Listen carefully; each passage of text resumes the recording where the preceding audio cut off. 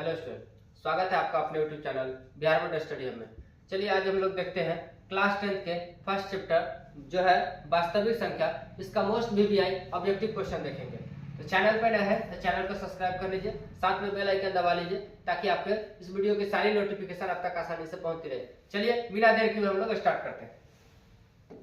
सबसे first question का है आपका, भाग लेमा a बराबर बी क्यू प्लस आर में q यदि 0 हो तब क्या होगा। क्वेश्चन का कहने का मतलब क्या है कि अगर a बराबर बी क्यू प्लस आर में q 0 होगा तो हमारा क्या ऑप्शन होगा।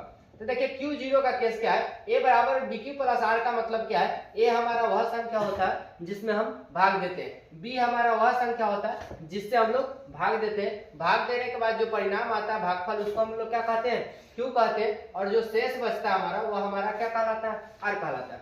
तो क्वेश्चन का कहने का मतलब क्या है कि q 0 कब होगा, यह वाला q जो है, यह टर्म आपका 0 कब होगा, यही क्वेश्चन का कहना है। यहाँ हम लोग याद कीजिए भाग के ऐसा कौन सा केस होता है जो यहाँ 0 आता है।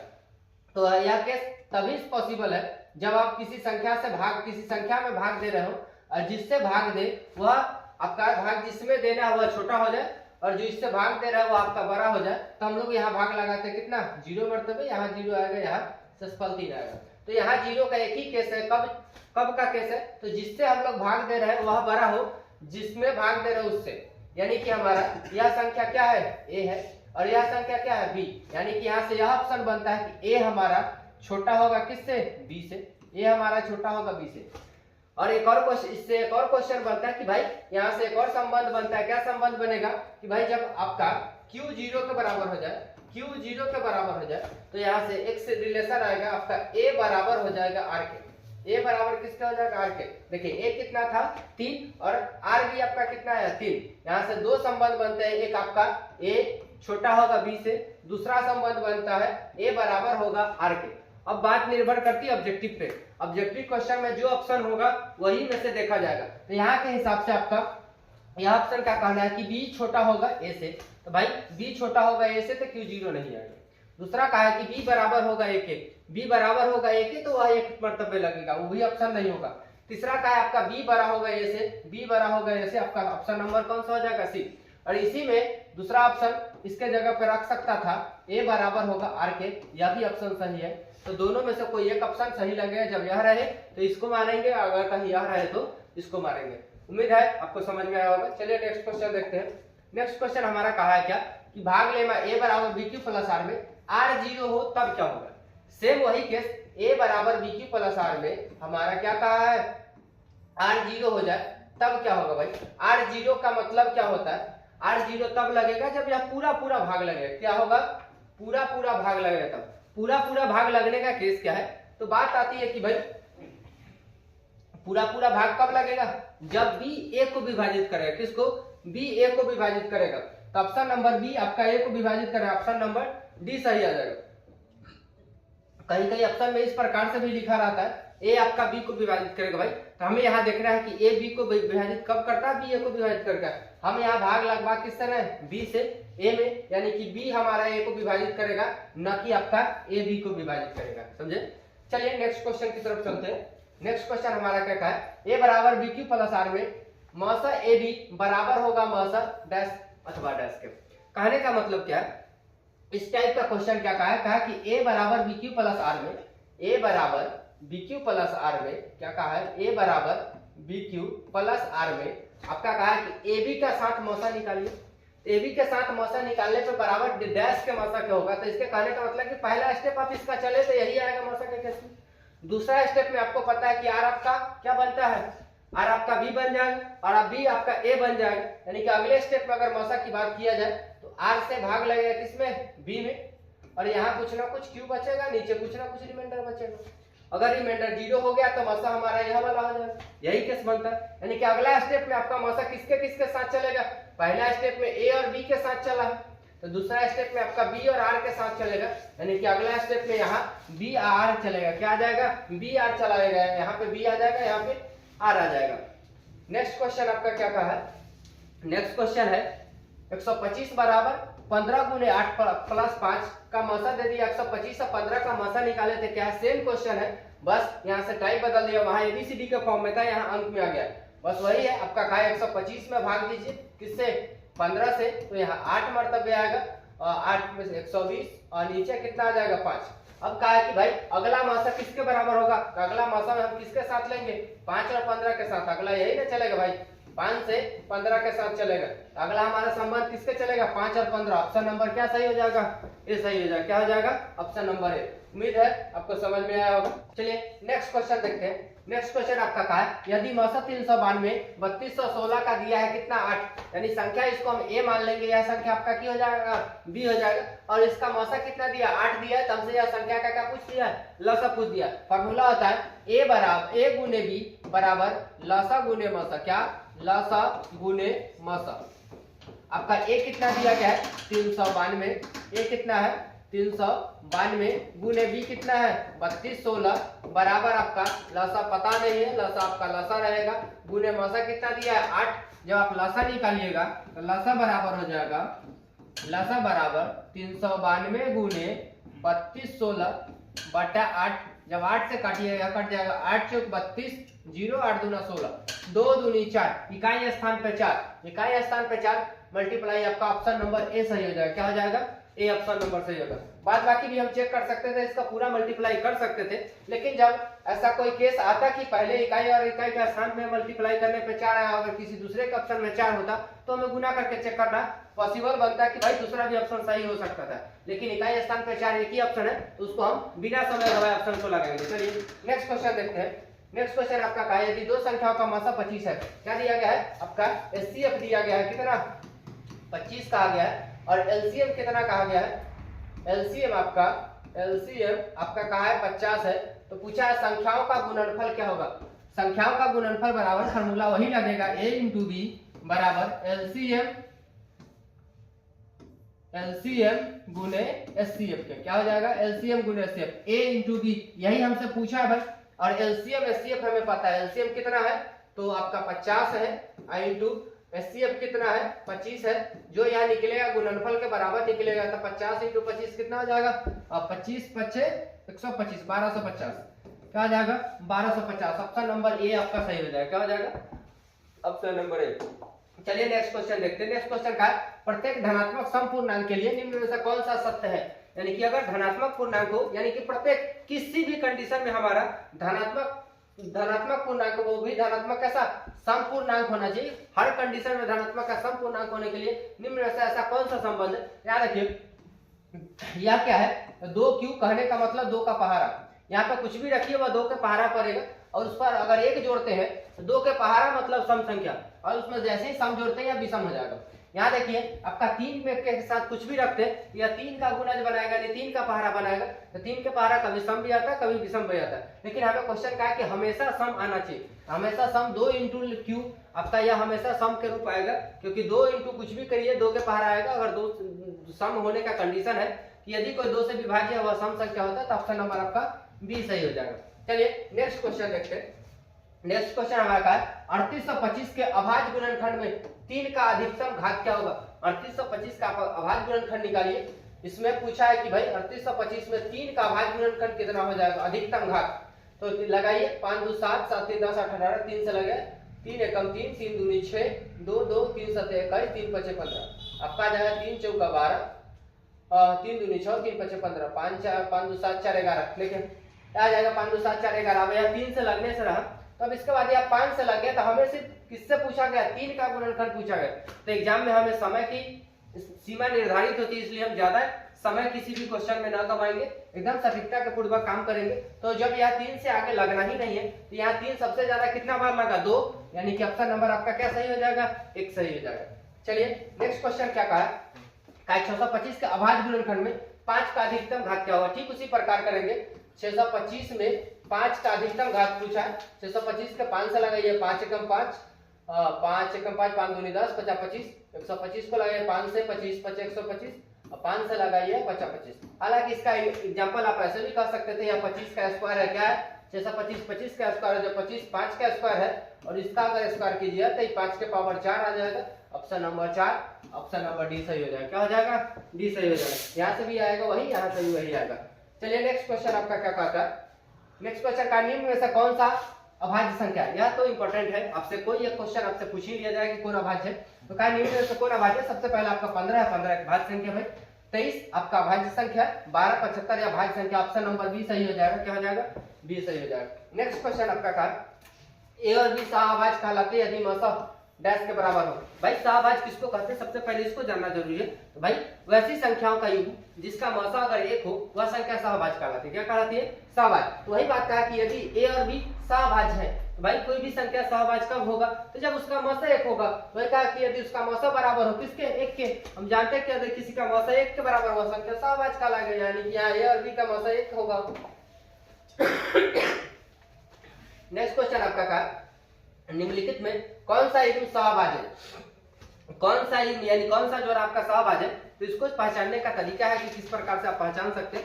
इसमें ध्यान रखना पड़ता है कि भाई सहअभाज्य होने के लिए कि भाई इसका मौसा किसके बराबर होना चाहिए? एक के। तो एक के बराबर होने के लिए हम लोग क्या करते हैं? दो तरीका अपनाते हैं। एक तो कब है कब नहीं है। अगर वह होगा तो भाई दो संख्या सहअभाज्य होने के कंडीशन है, या तो दोनों लगातार होंगे और नहीं तो दो अभाज्य संख्या का मौसा हमेशा एक आता है, वह दो सहअभाज्य हो सकते हैं। अगर नहीं है, इसको कैसे चिन्हते? तो भाई दोनों पेयर को देखिए, अगर वह किसी न किसी के पहाड़ा में है वह सहअभाज्य नहीं, उसी का लगाएंगे। याद रखिए 15 और 20 5 के पहाड़ा में आता है, यह सहअभाज्य नहीं होगा भाई। 9 16 इसको चेक करेंगे बाद में। 13 52 13 चौका 52 यह भी पहाड़ा में नहीं आता, पहाड़ा में आता है 13 चौका 52, यानी कि यह भी सहअभाज्य नहीं होगा। 21 84 यह भी पहाड़ा में आता है, यह भी सहअभाज्य नहीं होगा। तो सहअभाज्य होगा कौन? 9 16। इसका मौसा निकालिए, एक आएगा, यानी कि क्या आ जाएगा? सहअभाज्य आएगा। नेक्स्ट क्वेश्चन का है, निम्न परिमेय संख्या में किसका दशमलव प्रसार अशांत आवर्ती है? क्या कहा है? कौन सा दशमलव प्रसार अशांत आवर्ती है? तो शांत अशांत का कैसे है? यदि आपका q 2 के पावर m गुने 5 के पावर n का रूप का है तो इसको हम लोग क्या कहते हैं? शांत कहते हैं। क्या कहते हैं? शांत कहते हैं। यदि इसके अलावा कोई है तो अशांत है। यहाँ देखिए, यह आपका 2 के पावर n गुने 5 के पावर n के रूप का है, यह शांत है। यह आपका 40 है, 40 को हम लोग लिख सकते हैं 4 गुने 10, 4 को क्या लिख सकते हैं? 2 गुने 2, और 10 को लिख सकते हैं 2 गुने 5। तो आपका यह रहा 2 और 5 के रूप में, यह भी शांत है। यह आपका 210 है, 210 को तोड़िएगा तो 7 3 21, 21 लिखिए, 21 गुने 10, इसको लिखिएगा 3 गुने 7 गुने 10, 10 के लिए 2 गुने 5 लिख दीजिए, 2 गुने 5। यहाँ से देखिए 7 से 77 को 11 मरतबे काट देंगे, लेकिन आपका यहाँ 3 नहीं भाग पाएगा, 3 नहीं जाएगा। तो ये आपका 2 गुने 3 गुने 5 आ गया है। तो ये आपका 2 5 के अलावा 3 आ गया है, यानी कि आपका क्या हो जाएगा? अशांत हो जाएगा। ऑप्शन नंबर आपका सी सही होगा। नेक्स्ट क्वेश्चन आपका क्या कहा है? निम्न में से कौन शांत दशमलव में परिवर्तनशील है? यानी कि किसको हम लोग शांत दशमलव में बदल सकते हैं? तो शांत दशमलव में बदलना है, यानी उसका q आपका 2 के पावर m गुने 5 के पावर n के रूप का होना। शांत दशमलव का मतलब यही होता है कि यदि किसी का दशमलव प्रसार 2 के पावर m गुने 5 के पावर n का है, या सिर्फ 2 के पावर m का है, चाहे 5 के पावर n का है, फिर भी यह शांत दशमलव में परिवर्तनशील है। यहाँ देखिए, यह 7 है, इसको परिवर्तन नहीं किया जा सकता। 8 है तो इसको हम लोग कह सकते हैं 2 के पावर 3। यह 15 है तो आपका 3 गुने 5 आएगा, ये भी परिवर्तनशील नहीं है। 22 है तो 11 गुने 22 आएगा, 2 आएगा, ये भी परिवर्तनशील नहीं है। यह आपका परिवर्तनशील है। इसका कहने का मतलब क्या था कि हम बदल सकते हैं। देखिए कह रहे कि खाली 2 के पावर m है, चाहे खाली 5 के पावर n है, फिर भी हम लोग शांत में बदल सकते हैं। कैसे? तो इसको हम कह सकते हैं 5 के पावर 0, किसी भी संख्या के पावर 0 बराबर 1 के 1 से मल्टीप्लाई कीजिए, कोई अंतर नहीं आएगा, यानी कि हम बी ऑप्शन सही मान सकते हैं, क्योंकि इसको हम लोग परिवर्तनशील कर सकते हैं। चलिए नेक्स्ट क्वेश्चन आपका है 15 में कहा है कि भाई 0.105 में p बटा 2 के पावर m गुने 5 के पावर n के रूप में कौन सा है? इसका क्या कहते हैं? इसका 0.105 है, इसका दशमलव तोड़िएगा तो आपका बटा में दशमलव के जब 1 3 को अंक के लिए 3 को 0, इसको हम लोग लिख सकते हैं 105 बटा 3 को 0 को 2 के पावर 3 गुने 5 के पावर 3। कहने का क्या मतलब है कि यदि एक पर जितना भी जीरो रहे, आप आंख मूंद के, जैसे यहाँ 4 जीरो है तो 1 पे जितना जीरो 2 का उतना ही घात और 5 का उतना ही घात होगा। इस बात को समझिए कि भाई 1 पे जितना जीरो उसके बदले में हम उतना घात लगा सकते हैं, किसका? 2 के और 5 के। उसी आधार पे हमने इसका घात दिया। कैसे होता है? तो भाई समझिए 10 के लिए क्या कर सकते हैं? 2 गुने 5, यानी 1 जीरो तो 1 2 के घात और 1 5 के घात। अगर 100 लिए है तो 100 का मतलब क्या होता है? 10 गुने 10, यानी कि 2 को 2 के घात और 5 के 2 घात। ठीक उसी प्रकार से आप जितना जीरो बढ़ाते जाइए 2 और 5 के घात बढ़ते चल जाएगा। यहाँ इतना है तो अब कहा गया कि भाई किस रूप में लिखा जा सकता है। यहाँ देखिए 105 है, 5 को काट लिया, 5 से 21 मरतबे जाएगा, 5 से घात 2 आ जाएगा। उसके बाद वह नहीं कटेगा, यानी कि आपका 2 के पावर 3 गुने 5 के पावर 2 कहीं है 2 के पावर 3 गुने 5 के पावर 2। ऑप्शन नंबर बी आपका सही हो जाएगा। क्या हो जाएगा? ऑप्शन नंबर बी आपका सही हो जाएगा। नेक्स्ट क्वेश्चन आपका क्या है? 123.096 को पी बटा क्यू के रूप में क्यू का रूप क्या होगा?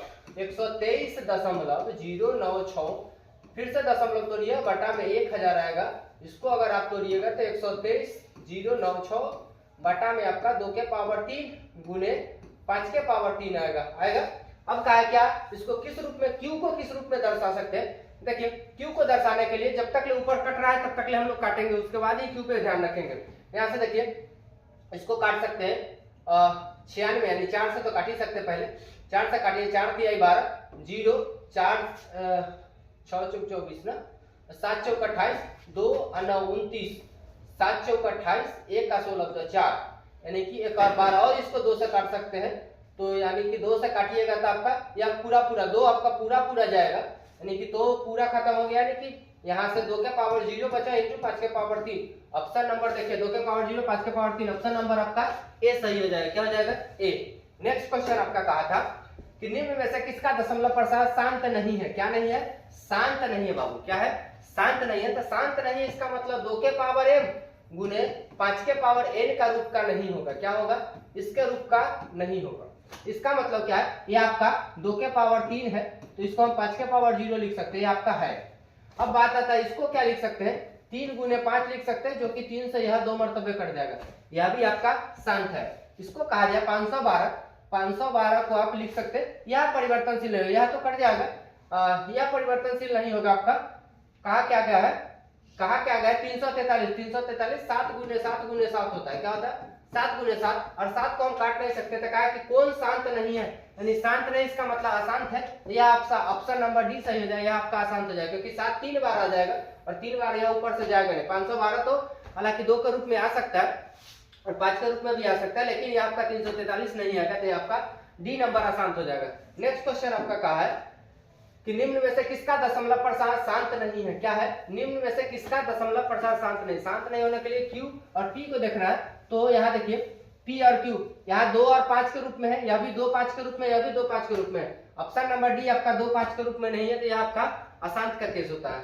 नेक्स्ट क्वेश्चन आपका कहा है, नेक्स्ट क्वेश्चन कहा है निम्न में से किसका दशमलव प्रसार शांत है? निम्न में से किसका दशमलव प्रसार शांत है? शांत के लिए हम लोग वही चेक करेंगे 2 और 5 का। तो 16 को कह सकते हैं कितना, 16 को 2 दूनी 4 दूनी 8 दूनी 16, यानी 2 के पावर 4 गुने उसके लिए 2 के पावर 2 गुने 5 के पावर 2, यानी कि 2 और 5 के रूप में यह शांत है। उसके बाद क्या है? निम्न में से किसका दशमलव प्रसार शांत है? यह आपका शांत है 15/1600, यह आपका शांत है, क्योंकि 2 और 5 के रूप में। बाद बाकी यह 7 3 कैसे आएगा? यह नहीं होगा। उसका 88 11 8 88 आएगा, जो उससे नहीं जाएगा। 75 25 दिया 75, जो 3 से ऊपर नहीं जाएगा। तो ऑप्शन नंबर क्या सही हो जाएगा? ए सही हो जाएगा। उम्मीद है आपको वीडियो अच्छा लग रहा होगा। वीडियो अच्छा लग रहा हो तो लाइक कर दीजिए, चैनल पे नए हैं तो चैनल को सब्सक्राइब कर दीजिए, साथ में अपने दोस्तों के साथ जरूर से जरूर शेयर कर दीजिए। चलिए नेक्स्ट क्वेश्चन देखते हैं। नेक्स्ट क्वेश्चन का है निम्नलिखित में से कौन परिमेय संख्या है? क्या है? कौन परिमेय संख्या?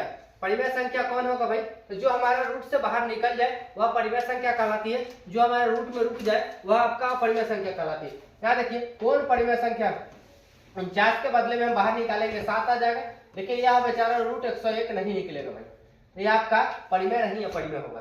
32 को काटिए तो 32 दूना 64, 1/√2, 2 से बाहर नहीं निकलेगा भाई।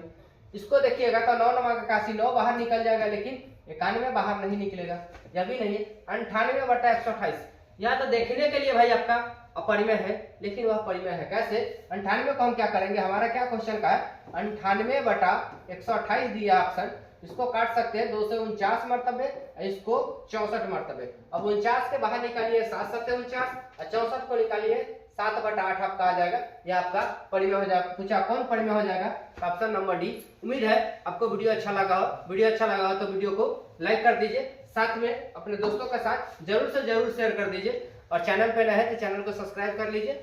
वीडियो देखने के लिए धन्यवाद।